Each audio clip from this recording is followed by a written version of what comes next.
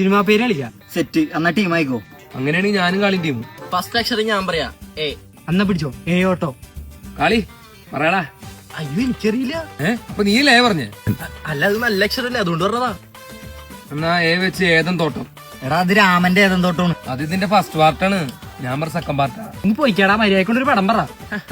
എന്നും എപ്പോഴും എൽസമ്മ എന്ന ആൺകുട്ടി. ABCD. എമ്പുരാൻ. ABCD 2. ABCD ഒരു പ്രാവശ്യം പറഞ്ഞല്ലേ? എടാ ശരത്തേട്ടൻ പറഞ്ഞത് 1, ഞാൻ പറഞ്ഞത് 2. അയ്യേ എന്ത് കളിയാടാ, പറ്റില്ലെങ്കിൽ തോൽവി സമ്മതിക്ക്. ഡാടാ 1 ഉം 2 ഒക്കെ ഉള്ളതാണ്. നിനക്ക് വേണമെങ്കിൽ വേറെ പേര് പറ. ഏകലവ്യ. എന്നെ ഏകലവ്യൻ. എന്ന് നിന്റെ മൊയ്തി. എസ്ത്ര. എന്റെ വീട് അപ്പൂന്റെ. ഈ കളി നമ്മുടെ കയ്യിൽ നിൽക്കില്ല. ഇവനെല്ലാം സിനിമാ തിയേറ്ററാണ് പറ്റിട്ടാണ്. ഒരു ഐഡിയ ഉണ്ട്. ഞാൻ ഒരു പേര് പറയാം, നീ കൂടെ പിടിച്ചു. വേം പേര് പറയടാ. ഏറ്റുമാനൂരപ്പൻ. അതേത് പടം? അയ്യാ ആ പടമൊന്നും കണ്ടല്ലേ, ഇത് പണ്ടിറങ്ങിയ പടമാണ് അതൊക്കെ. ഏത് കാലത്ത് നസീറിന്റെ കാലത്താ? ആദ്യം നസീറിന്റെ അടുത്തുള്ള പടമല്ലേ? എടാ ഇത് അന്നത്തെ കാലത്ത് ഫേമസ് ഡയറക്ടർ ഷൂട്ട് ചെയ്ത പടമാണ്. അതേതാണോ ആ ഫേമസ് ഡയറക്ടർ? ഡയറക്ടർ സതീഷ്. രണ്ടുപേരെ ലിംഗപ്പിളേ ഒക്കെ കൊള്ളാം. മര്യാദക്ക് പേരുടാ, അല്ലെങ്കിൽ തോൽവി സമ്മതിക്കും. ചത്താലും തോൽവി സമ്മതിക്കില്ലടാ. ആ കളിയിൽ ജയിക്കണവർക്ക് മന്തിയാണ്ടാ. എടാ കളിയിൽ ജയിക്കുന്ന പുതിയ നിയമം ഉണ്ടാക്കല്ലേ. ആ